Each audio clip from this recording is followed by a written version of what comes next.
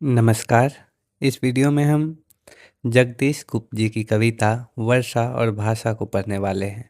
हम इसकी सरल और स्पष्ट व्याख्या आपको बताने वाले हैं।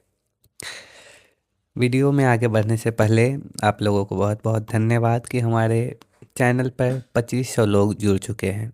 2500 आंकड़ा कोई बहुत बड़ा नहीं है, लेकिन यह कम भी नहीं है।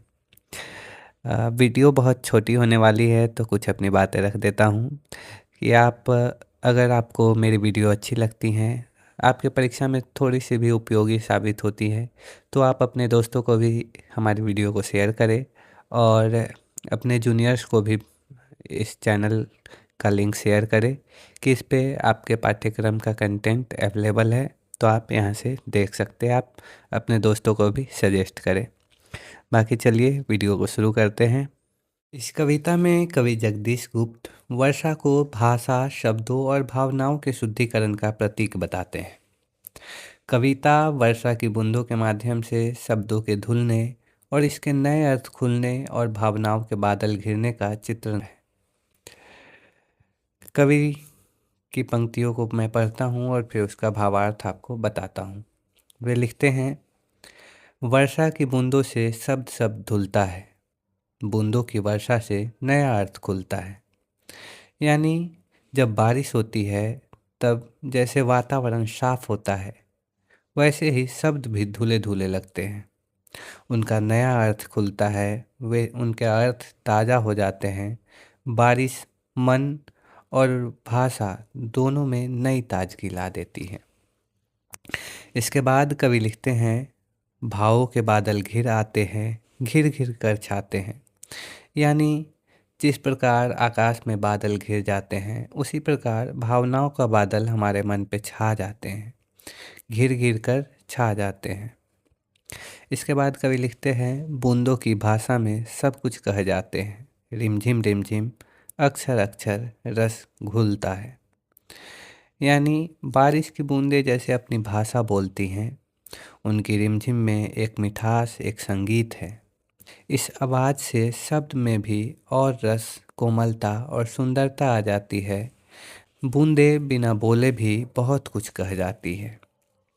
इसके बाद कवि लिखते हैं, भादों की कारी अंधियारी में रह रह कर बिजली सी उगती चमक जाती है। यानी जब भादों का महीना आता है, बरसात का मौसम आता है, तब जिस प्रकार आकाश में बिजली चमकती है, उसका जिक्र यहाँ कवि कह रहे हैं। वे कहते हैं कि अंधेरी रातों में जैसे बिजली चमकती है, वैसे ही मन में या वाणी में कोई विचार अचानक तेज चमक की तरह उभर जाता है। शब्द और विचार अधिक प्रभावी बन जाते हैं। आगे पे लिखते हैं, वाणी की सोने सी देह दमक जाती है। यानी वाणी यानी हमारी जो बोली है, उसकी सोने जैसी चमकने वाली जो देह है, वो जब बिजली चमकती है उसके प्रकाश से अचानक से चमक उठती है।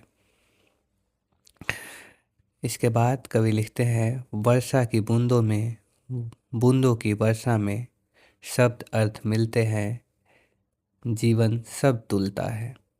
यानी यहाँ अंतिम में कवि कहते हैं कि बारिश की बूंदें प्रकृति और भाषा को एक कर देती है।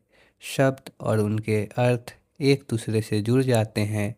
बारिश मन को शांत कर देती है और जीवन में संतुलन आ जाता है। यह सब कुछ जैसे सही, बराबर और शांत हो जाता है। इस प्रकार इस कविता में कवि यह दिखाते हैं कि बारिश शब्दों में एक नई चमक, नया अर्थ और नई भावनाएं, नई ताजगी भर देती है। बारिश और भाषा दोनों मिलकर मन और जीवन को सुंदर और संतुलित कर देती है। इस कविता में कवि बताते हैं कि वर्षा की बूंदें शब्दों को शुद्ध करती हैं और उसके नए अर्थ को खोलती है, जो जीवन की तुलना और भावनाओं की गहराई को दर्शाता है। कवि प्रकृति के तत्वों जैसे कि रिमझिम और बिजली और अंधियारी के माध्यम से भाषा की सृजनात्मक शक्ति को व्यक्त करते हैं। यह नई कविता की शैली में जीवन के सूक्ष्म पहलुओं को प्रकृति से जोड़ता है। तो इस प्रकार इस कविता की व्याख्या थी। बहुत ही छोटी सी कविता है। आशा करता हूँ आपको समझ में आई होंगी। इसके बाद मिलते हैं फिर अगले वीडियो में। तब तक के लिए धन्यवाद।